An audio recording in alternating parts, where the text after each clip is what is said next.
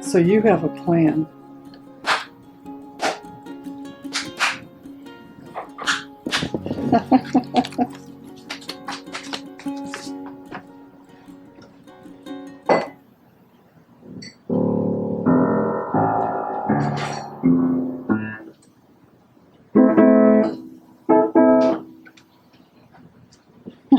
Fun to learn.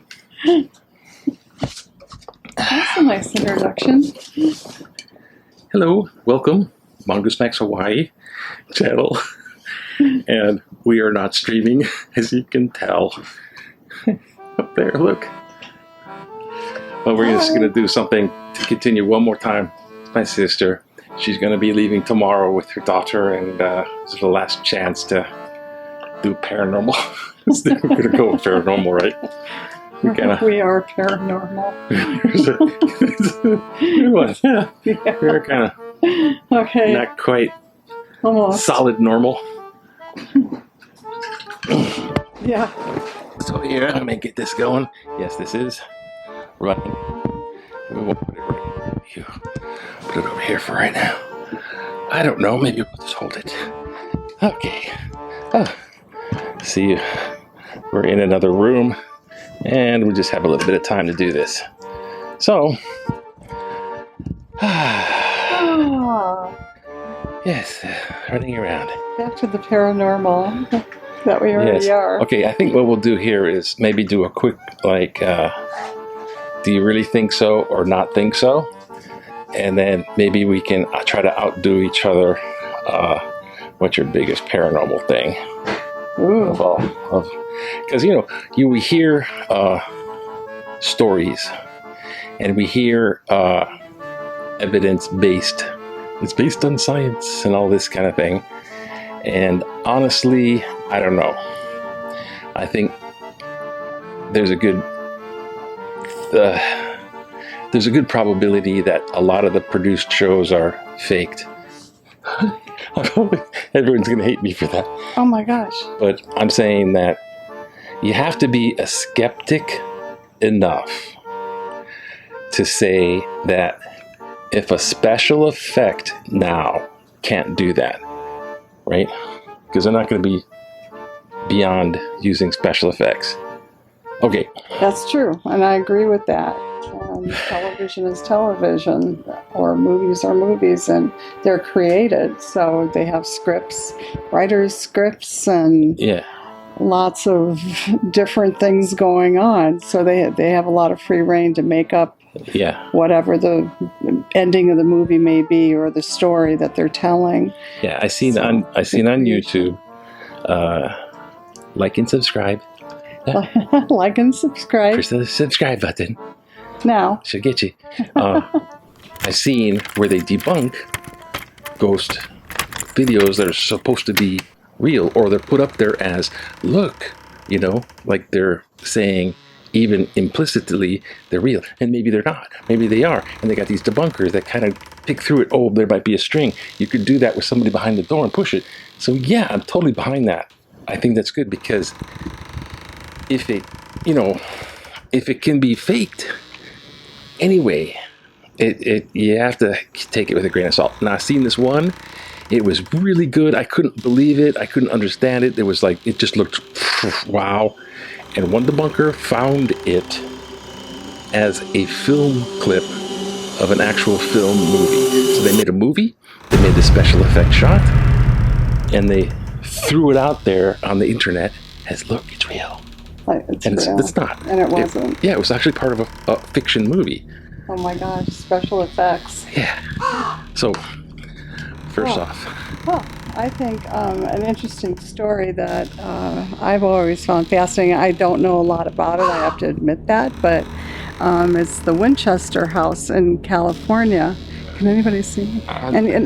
I'm over here. Winchester, California. I'm in front of Mount Fuji behind me. Anyway.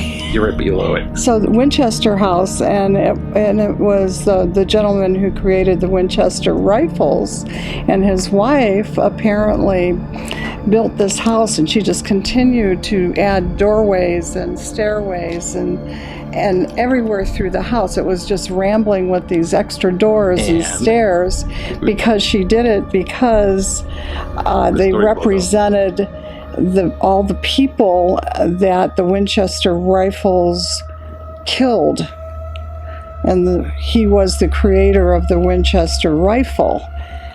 So I think it's a true story. I don't know about the ghosts behind every door or the people. You see, there you go. You get the Winchester House, right? The lady's afraid of ghosts. She had seances. She's the wife. She had seances that were directed her to build, using the builders, all these little rooms so she would be safe from the ghosts. The victims of the Winchester rifle wouldn't come and get her.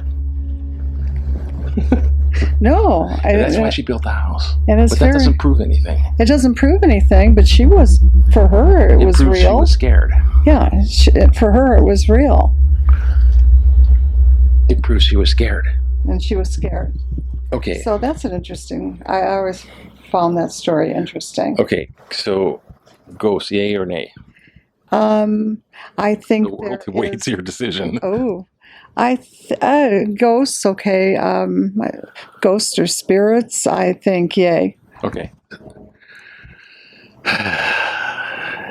I'm going to say yes, but they're so extremely rare, you have a better chance of seeing a UFO. And I think spiritual experiences are more common, but they're not deceased people. Although there was one experience I had that was very strange. I told it already one time on YouTube. Oh. I guess I gotta say it now. I mentioned it. Yeah.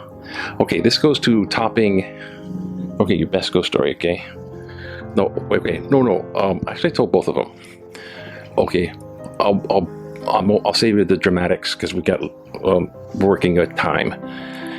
One was at the USS Arizona Memorial. It was about 3:30 in the afternoon. Broad daylight, obviously. Bunch of tourists. When I was a kid growing up here, we used to know the oil that comes up from sunken USS Arizona, sunken ship, Pearl Harbor. Oil comes up and it makes rainbow slick. Do you remember that as a kid? I do. Okay, so I remember that as a kid. Very clearly. And so as an adult, I was leaning over to see if it was still there because I hadn't gone to it for ages. And I looked and there was I could still kind of see it. Yeah, I can kind of see it. Since I was leaning over like that, there was kind of a feeling, a whoosh feeling. Oh. It went up, into my chest and through, like that. Wow. And it threw me back, it made me reel back like that from leaning over. And at the same time that happened, it felt like, I would say thousands, but I'm saying a lot of people. And I heard in my head only a voice that said, "Come join us."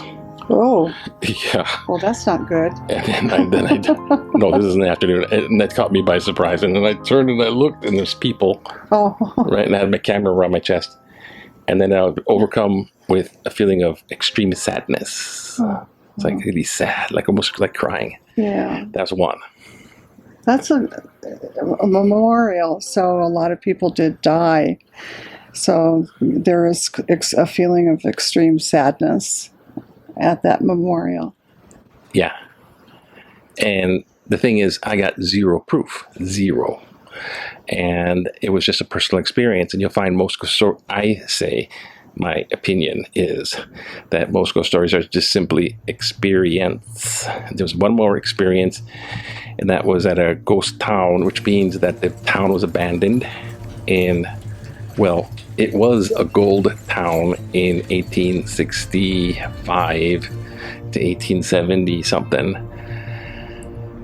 There's a hotel called the Mead Hotel, 2-story red brick, and it turned into a carriage house, and then the Mead Hotel. And when it was first being constructed, it was supposed to be a courthouse. Oh. And all that was done was the foundation. It was just like a cement foundation with poles going up. Now this would be 1860. Little story of that.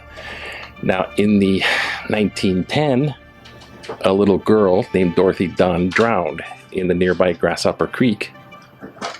Her and her friends went swimming. She drowned.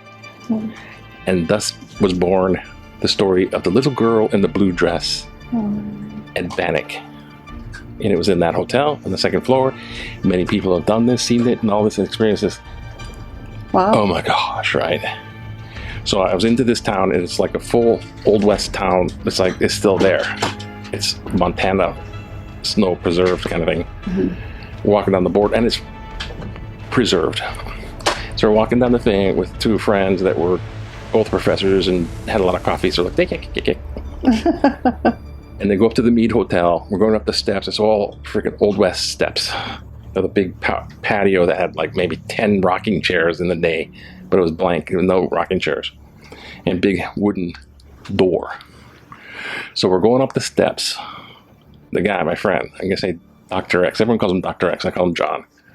He turns around and he goes, and you know, this place is haunted. Do you know what that this place is haunted? He's meaning the little girl in the blue dress. He turns to me, and I had this little camera filming, like this one right here. And I was like, he turns and says that. And as he turns around halfway up the steps and says that, the front door opens like that. And this is a big, heavy wooden door, and there's no wind. Oh, boy. So I pointed at that. We went, ha, ha, ha, about that. Okay, now we get inside. It's like huge tall ceilings, these things in the 1800s. It's like 15, 20-foot ceilings. It's like, oh my gosh, and it's 2-story. So on one side, first there's kind of a spirally staircase on one side. There's a locker for valuables, like a big stand-up walk-in safe, which has no door. And right behind that, there's a big room, like a ballroom. And that's about the size of it, too. It'd be ballroom size.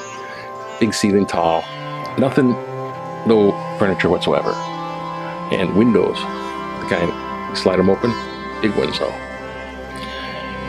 Broad daylight, 3 o'clock, and they're and they're about 20 feet, 30 feet in front of me.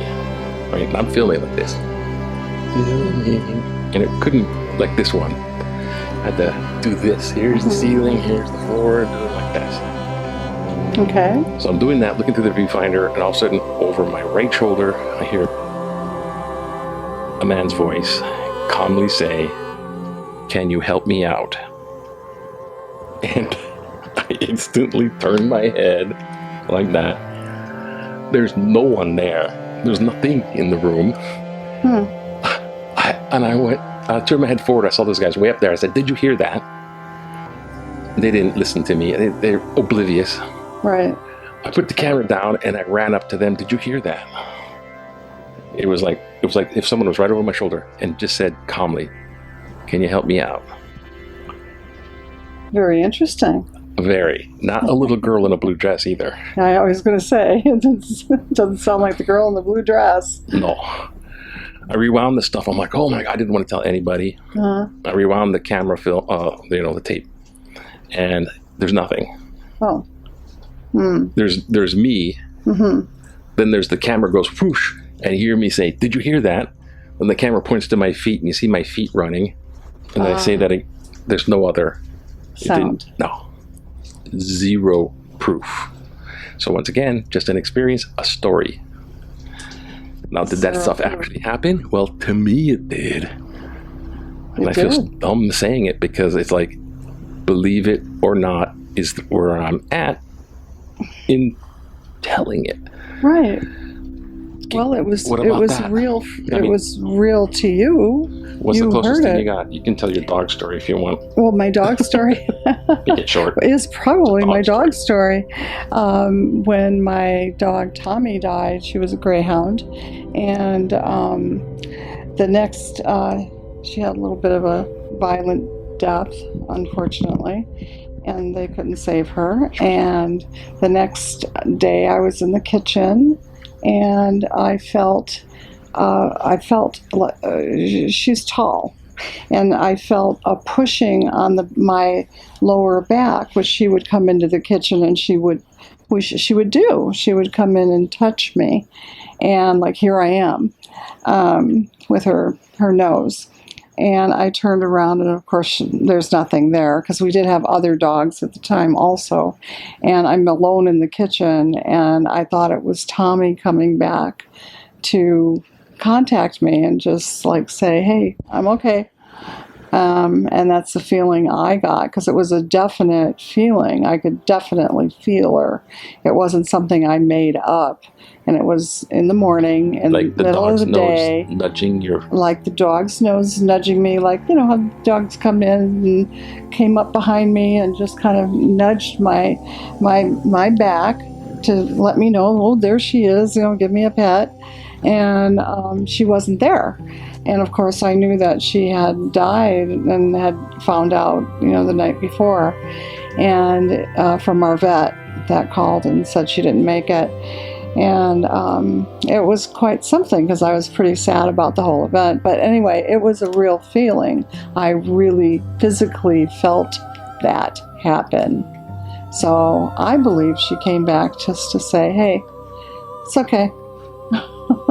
That's all you got? That's all I have. That's my dog story. Oh, it went out. Oh. Ran out of juice. See? That's Tommy. That's Tommy girl. It sucked the battery juice out of the battery to manifest. Oh, I feel a ghost spot. You feel a ghost spot? I feel a ghost spot. Oh, gosh. I know. You know, that stuff. I mean, well. But, you know, here we are walking on experience stories which aren't considered proof at all. No. But I think that it did happen. I mean, I know it did happen. So when it has to sort of happen to you. Mm-hmm. It happened to me. Okay. Let's move to evil. We're going to go to evil. Okay, it exists. Evil? Okay. Yes, good and evil. Yeah, because like bad things happen, good things happen, etc. Okay. Does the devil exist? In the sense that there is the opposite of good. So if you want to name it the devil and evil, then that would be it. Not as symbolic bad stuff. Like you took all the bad stuff and you made a caricature out of it. No, I mean actual physical, a devil thing. A thing. Yes, I believe that there is evil. No, devil. The devil being thing. Like one as a entity. Thing. As a thing, entity, or whatever. Yes, I would say I believe that there is the devil. There is evil. Why? So, because one, that is the way I was brought up, that there was the Very devil. good. The Catholic Church teaches that, yes. Which is interesting, because you would think they wouldn't, but yeah. Well, because they want to teach you good and evil, and they want you to be good and follow the teachings of Christ. Yeah, there's got to be that dichotomy in a sense. Right. I don't know. So maybe there isn't. Because I think when there's good force, like God's spirit, good force, do you believe in angel? Like guardian angel? I think so. I guardian think I angel, have a like few personal? that have saved me. Yes. Oh, protected really? me. How? I don't know, or kept made me feel good. I just do. I've had angel Dr. Feelgood. Well, in different situations that I've been in, where I think that I've had a little help along the way. Maybe I, fell down, but I didn't, fall down and break something. Could have been worse. It could have been worse, and got little fender benders, and nothing really bad happened.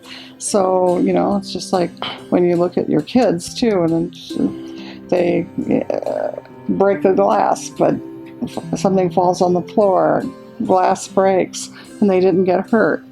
No glass hit them. Boy, I think there's angels out there. This is rip-roaring proof, like when a kid breaks a glass. Okay. But they don't get hurt. Something's protecting them. I'm looking for extraordinary experiences here. Oh, extraordinary. breaking a glass. Yeah. Yep. Oh, I'm sorry. I don't know. What's the biggest thing ever paranormally that happened to you? Paranormally. Besides Tommy, and then we Besides already this light. talked about Shadow Man. Shadow Man was kind of, Yeah, we heard Shadow Pretty- Man. We heard Tommy. I'm not discounting those, but I'm just saying. those were big. Are there others? I'm trying to remember back. I think there was when I was traveling in Europe, and I was in Bavaria, and I took a tour of Bavaria. ancient castle ruins. Ancient castle ruins. That I had to hike up to get to. And I really had an overwhelming feeling when I was up there that I had been there before. Deja vu.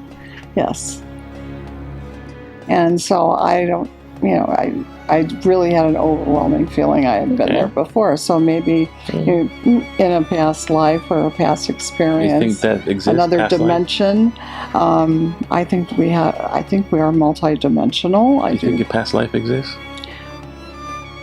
Did anybody ever tell you? Kinda. Oh, you were Cleopatra in your past life. That that's kind of Well, BS-y. heard people have said that in passing at parties and things like that, but You're Cleopatra. but What did they say? Come on, it's big guts. Truth or dare? She was sworn to honesty. Past life.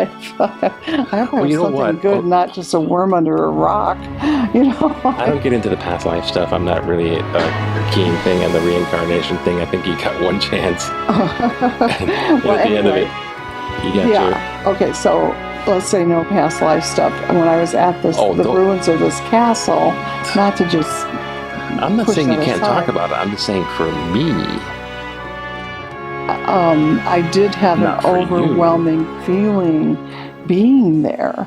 So maybe I was feeling the presence of other spirits from the past that were there. Maybe it wasn't a past life for me. Your ad-lib interpretation will do just fine. Okay. Okay, no, but I met this one time. Oh gosh, what was it? It was back in the naughty days when we were drinking beer. But we were down in the Diamond Head lookout thing. There's this little road, and there at night, and just sitting there, and I was with me and a friend, and gosh, we didn't have much going on. We were just talking. We had like the one beer thing, and somebody comes walking down the road, swinging like a 6-pack, but 2 were missing. So it was 4. But they were swinging it on that plastic. Like, it was this woman or something. It sounds weird, but I mean, hear me out.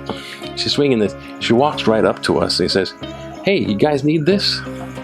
Because we were just talking about, oh gosh, I wish I could have some. He goes, "Hey, you want this?" And we're just like, oh boy. Wow. Yeah. And then it continues. She turns out to be psychic. Oh. And we're just like, really? And then she turns into she turns into a bat and flew away. No, oh God. That was quite just something. like that. She started to talk about past lives. Mm-hmm. And she was reading my friend, whose name was Terry. He was just sitting there going, what? She's like, I see this and I see you were... I forgot. Oh, I know what it was. Terry was an Indian, like American Indian. He was an Indian woman hiding in tall grass for her life. Almost like how she died. I was just like, Terry, you're an Indian woman. Isn't that nice? He's an Indian woman hiding in the grass. Don't hurt me. Yeah. And then I was a little bravado, and I said, okay, what was I, huh? What was me? And she says, she's described me past life, right? As an Indian, kind of like a warrior guy, like the guy on the horse. But I had fallen off the horse, or the horse had fallen on me, and I broke my leg. Oh. Okay. And then she said something about sending an emerald rod of healing to my back because I had back problems ever since. Now, at first I was going to go, but then I'd worked on an archaeological dig in the Midwest, Southern Illinois, where I was one of the archaeology diggers and shoveled through a 2,050-year-old human femur. I thought it was a tree root. Oh my goodness. I actually shoveled through it. And they bury Indian? Yeah, so so here's broken leg, clicking in. I go, sure. And I have a thing in the back, so I have back problem all the time. Right. And so I was like, I don't know where she's getting the Native American motif, but she picked up on something. Interesting. I thought so. Yeah, that's kind of fun. So, you think psychics are real? I think they're interesting to listen to and talk to. Are they? I'm very open-minded. It would depend auras? On. Do I think auras are there? Yes, I do. Aura, you're good with auras? I'm good with auras. Like seeing them, the colors? Or they're just there, some people don't see them? Well, to me, I more get a feeling from people, but I have been, when I was in college, had a friend in one of my art classes, and she was a little bit older lady, and she was into Eckankar, and she had kids, and she was really a nice person and everything, but she always said I had a really bright aura around me all the time. I was bright. I did. She would tell me I was always like bright. Sounds like it's hot over here and it's a cold spot over here. You're funny. She actually went into talking about, because she had children, about astral traveling also, which I thought was interesting, and how she liked doing that with her kids. Now that's a whole nother subject, so I'm not going to go into astral traveling. Well, but you see this right here? Yes. Michael, who just came over, yes, handed me this paper. It's declassified in 2003. This goes back to the 1953. Oh, well, that's the year after I was born. This is a guy who is what is it? I'll give you the correct name. The Monroe Institute. Mm-hmm. So it's declassified. So it's kind of old news in a sense. CIA declassified the Gateway program. And I was reading, he was asking me to read it and see what I thought. And it really kind of comes into binaural meditation, frequency, and getting into an inner relaxed state. And I'm like, okay, like hypnosis. But also it says about leaving your body. So like we're talking about astral travel. Mm-hmm. The CIA got interested probably because, remember their remote viewing? Mm-hmm. Yes. 50s. So that's why they're interested. So they classified it and stole the secrets, right? It's like, it's top secret. It now belongs to us. That's what the CIA did with that. I'm not saying it's true, but this guy had an institute doing, I'm lying at my back, I'm listening to the woo, woo, woo, woo, woo, woo, and I feel like I'm doing astral travel. That's what that's about. Well, that's pretty interesting. Did you project your aura? Because what? You and I did not talk about astral traveling or the paperwork that Michael brought over. No, I just pulled that out of the hat. Right. So, and I haven't talked about that story for, many, many, many, many years. And now I'm bringing that up, and you're bringing me a piece of paper article that Michael just dropped off. It's true. No, that's all true. Is that because you and I are brother and sister? She's pulling. And because we're actually connecting? She's pulling the paranormal street cred. I am. It's like, was it because... Well, how did I can talk to goats far away? No, I'm talking about the connection. Astral travel. I don't know. I think I've been let's say, a student. I took some coursework on, it was just side course, university thing. The guys were serious. It was about hypnosis and self-hypnosis, and it was involved about studying.